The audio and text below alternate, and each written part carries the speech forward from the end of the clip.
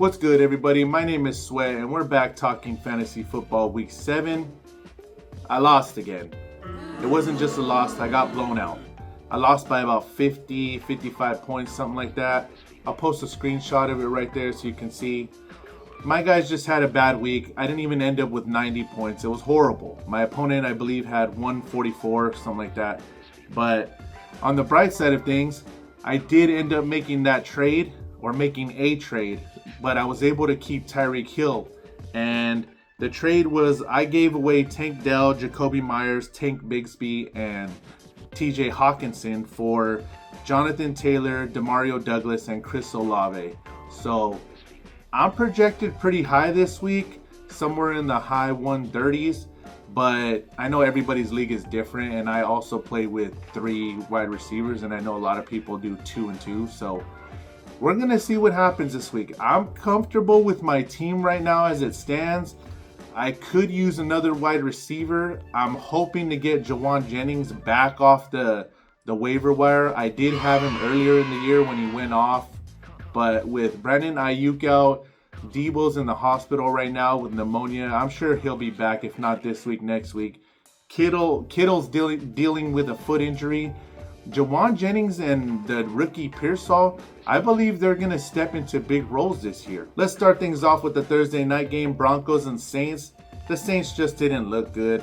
They had way too many injuries going into the game, and they ended up getting a couple more injuries during the game too. So the Saints are definitely on the decline right now.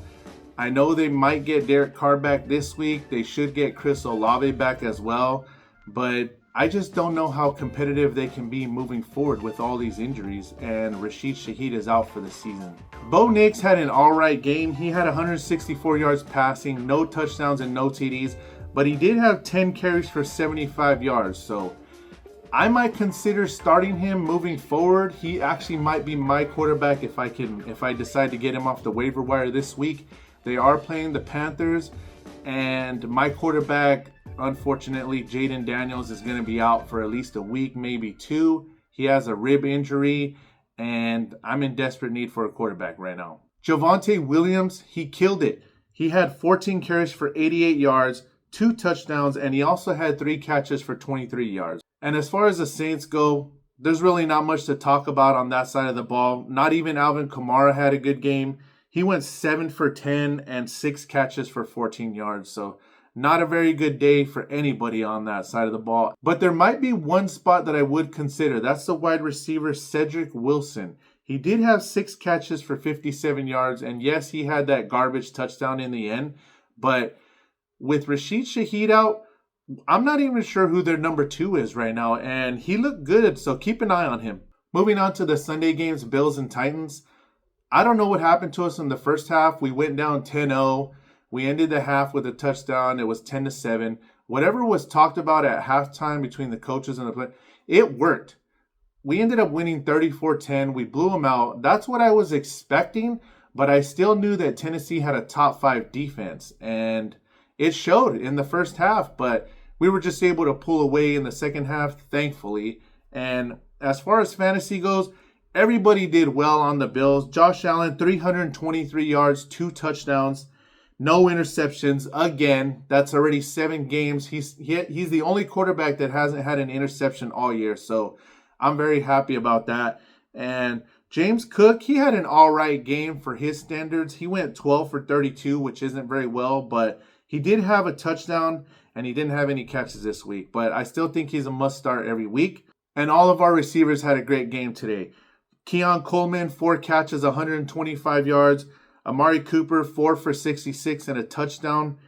Khalil Shakir, 7 for 65. And Dalton Kincaid went 3 for 52, which is pretty good at the tight end spot. I think moving forward, Keon Coleman is definitely one to keep an eye on. Maybe put him in your flex. But as soon as we got Amari Cooper, I just had this feeling that Khalil Shakir, Dalton Kincaid, and even Keon Coleman were going to benefit from that because the defenses are probably going to start shifting or planning for Amari Cooper a little bit more, and that really helps us out in the long run. Also, just want to mention, I know I was hating on Tyler Bass last week, but he did go 2 for 2 in field goals. and he did hit all 4 of his extra points. Not much worth talking about on the Titans side. Mason Rudolph, 215 yards passing, 1 touchdown, 1 interception. Tony Pollard didn't have a very good day. 16 carries for 61 yards, and he only had 2 catches for 4 yards. So not very good fantasy-wise. I think they should have ran the ball a little bit more with him because they were having success a little bit early on in the game, but they just kind of got away from that game plan as soon as they got behind. Whoops, I forgot to mention the early morning game, Patriots and Jaguars. The Jaguars blew them out. Trevor Lawrence had a mediocre game, 193 yards passing, 1 touchdown. But the story of the day was Tank Bigsby. 26 carries, 118 yards, and 2 touchdowns. I traded him away.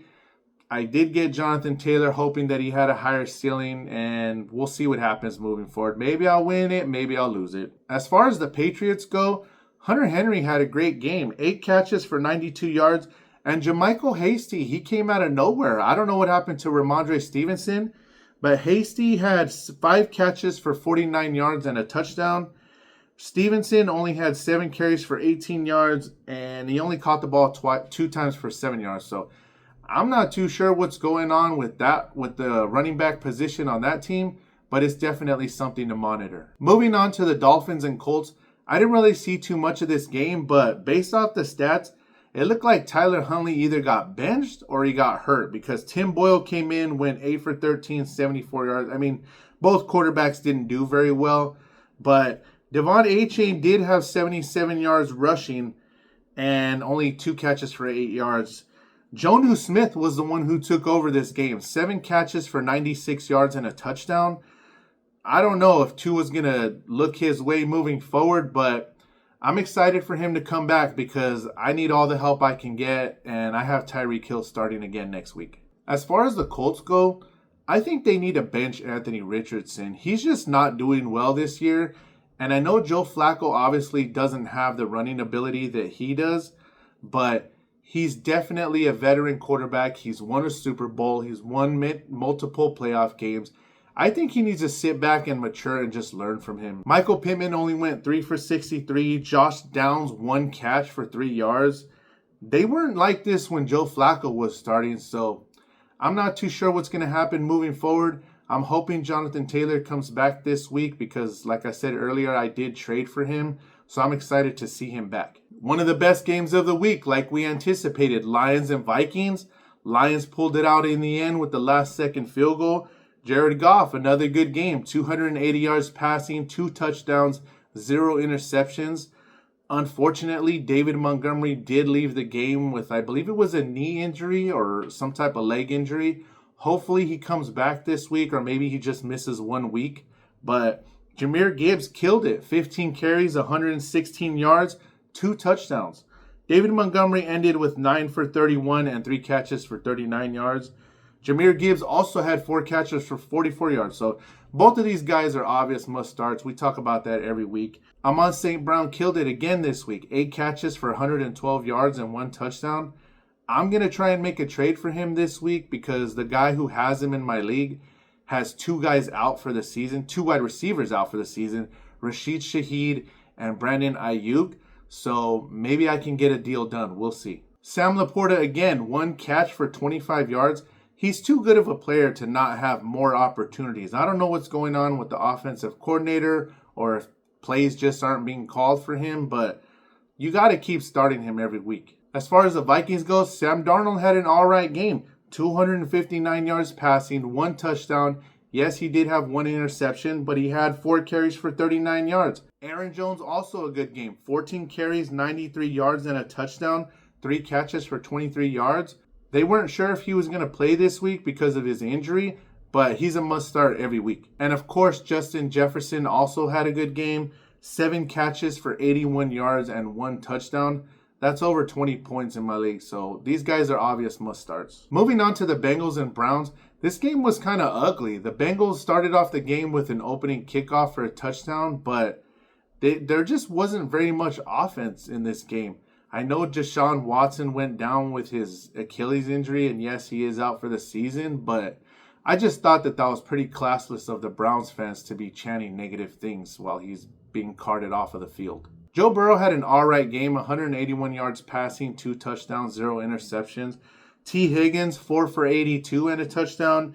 And Jamar Chase, 5 for 55 and a touchdown. We know these guys are must-starts. And Chase Brown, it looks like he took over the number 1 running back spot on that team over Zach Moss. He had 15 carries for 44 yards, and Zach Moss only had 6 carries for 7 yards. So if you're in need at the running back position due to a bye or an injury, I think Chase Brown is a must-start every week. Like I said earlier, Deshaun Watson's out for the year. Dorian Thompson-Robinson did come in the game, but he also got hurt. So that left Jameis Winston. I thought Jameis Winston was the backup quarterback, but I guess not. But I don't think he's a bad option moving forward, so we'll see. Keep an eye on that situation. And Nick Chubb, he did score a touchdown. He only ran the ball 11 for 22 yards, but maybe they were just kind of easing him back into things, but I'm definitely starting him again next week. And sadly, at the wide receiver position, I did pick up Jerry Jeudy thinking that he was going to be the number 1 target on that team alongside Njoku, but it looks like Cedric Tillman took over those duties.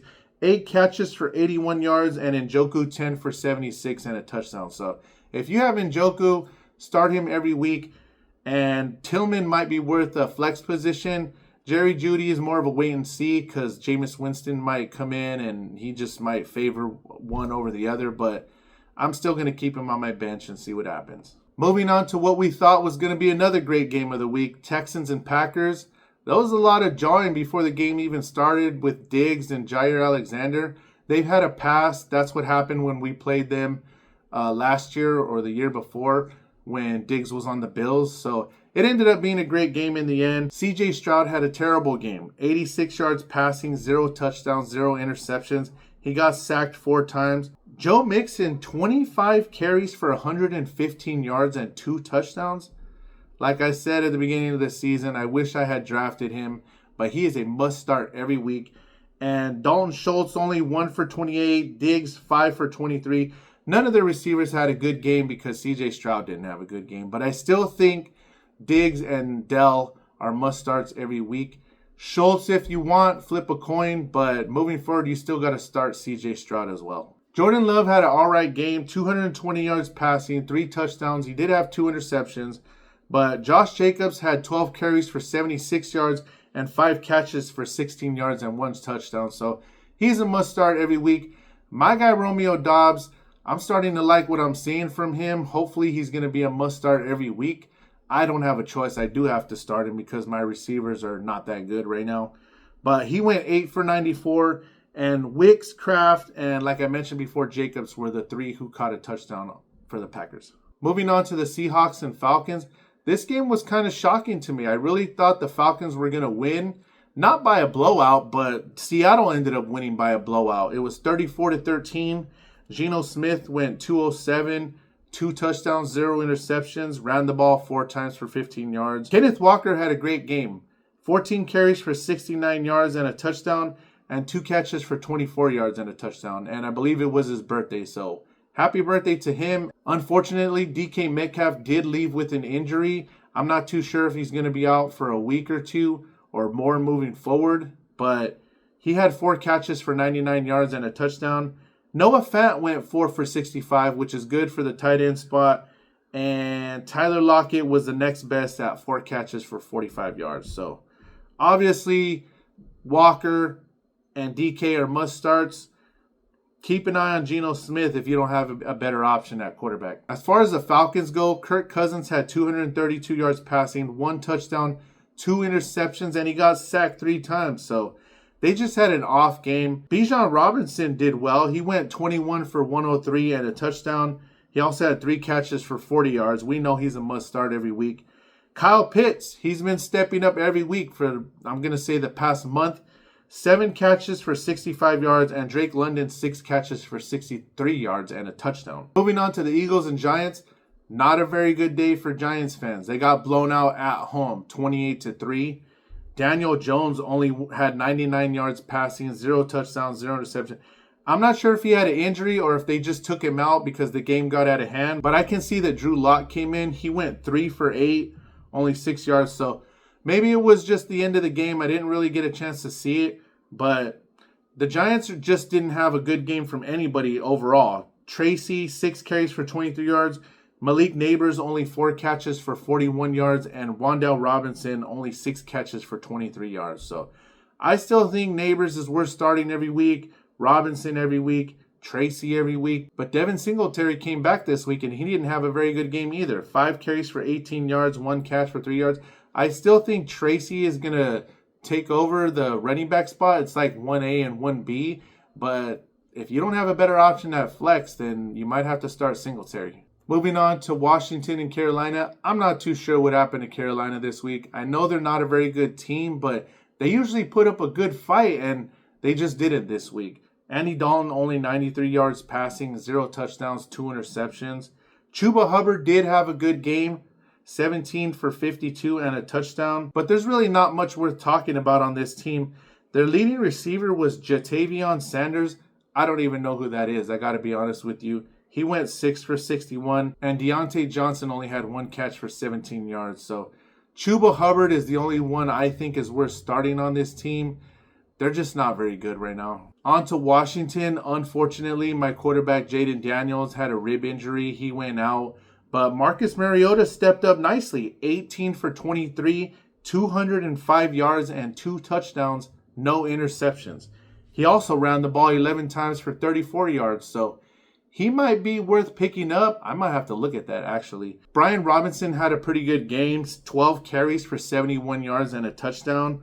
Also, Terry McLaurin had a good game, 6 catches for 98 yards. So these guys are obviously must-starts every week. Moving on to the Raiders and Rams. The Rams only won by 5 in the end. Stafford didn't have a very good game, 154 yards passing, no touchdowns, 1 interception. But my guy Kyren Williams did it again. 21 carries for 76 yards and 2 touchdowns. So he's obviously a must-start every week, and his shoulders must be hurt from carrying my team every damn week. But as far as the receivers go, Tutu Atwell, 6 catches for 51 yards.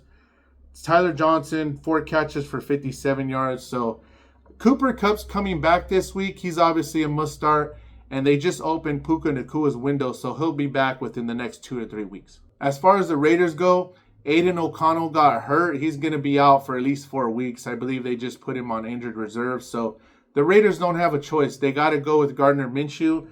He didn't have a very good game. 15 for 34, 154 yards passing, no touchdowns, and 3 interceptions.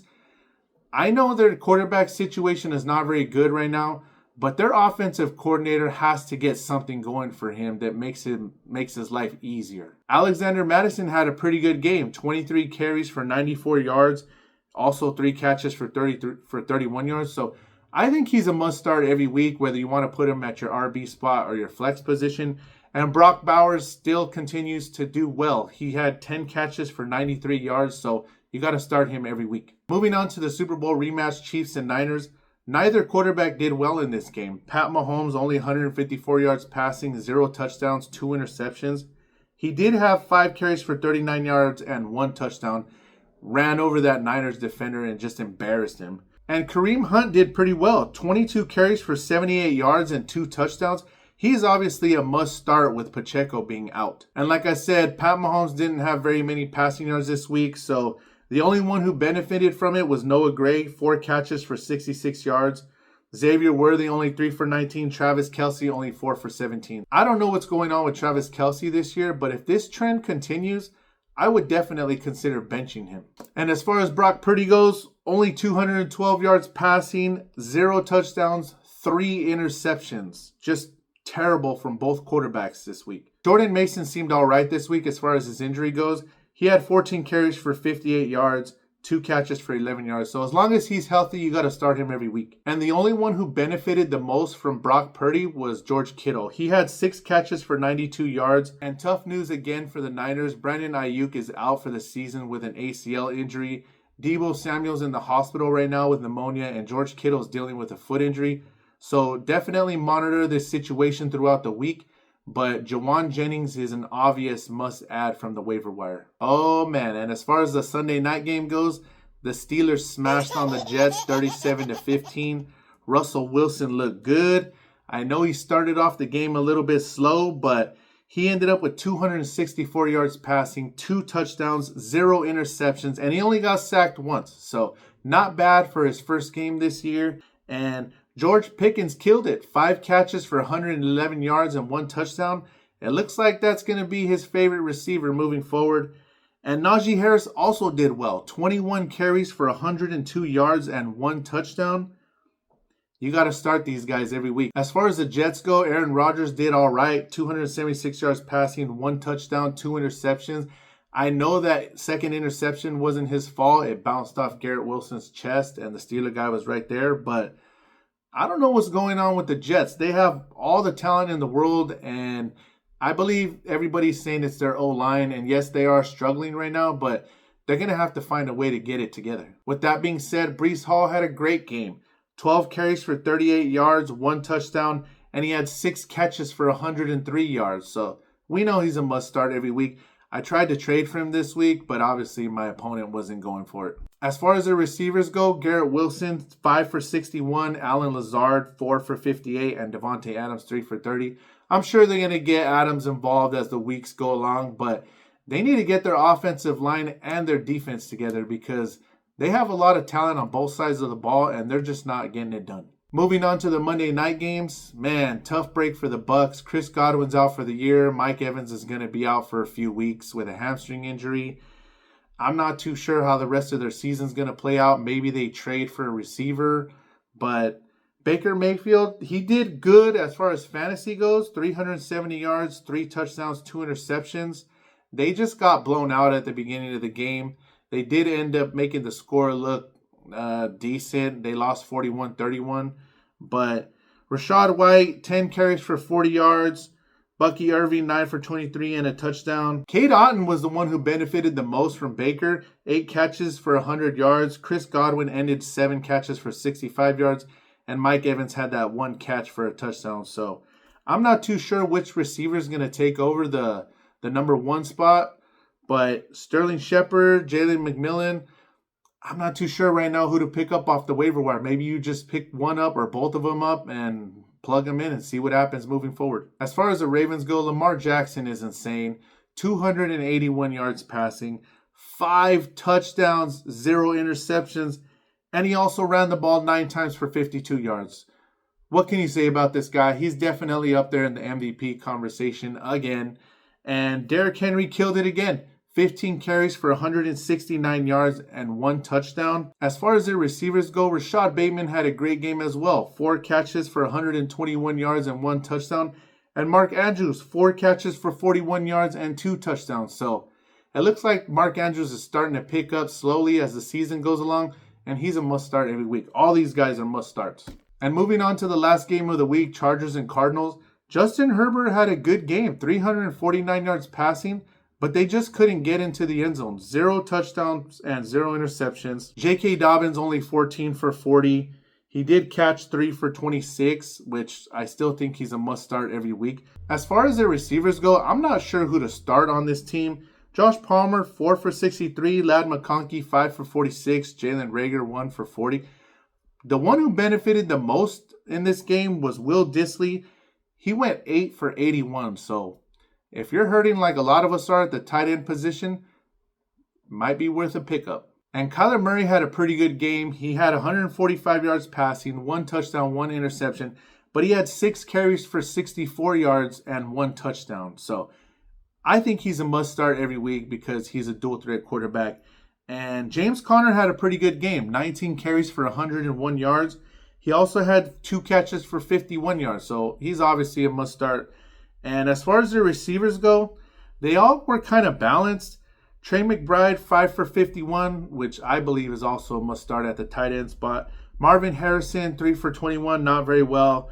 Michael Wilson, 1 for 15. And Greg Dortch, 1 catch for 5 yards and a touchdown. So I would start Murray, McBride, and Connor moving forward. That's going to be it for this week. I'm hoping I can make another trade before the week starts. I usually look at the guys who are, bottom 5 in my league to try and make a trade with because, myself included right now, we're usually the ones who are more desperate. But we'll see what happens. I'll let you know. Keep an eye on it and go Bills.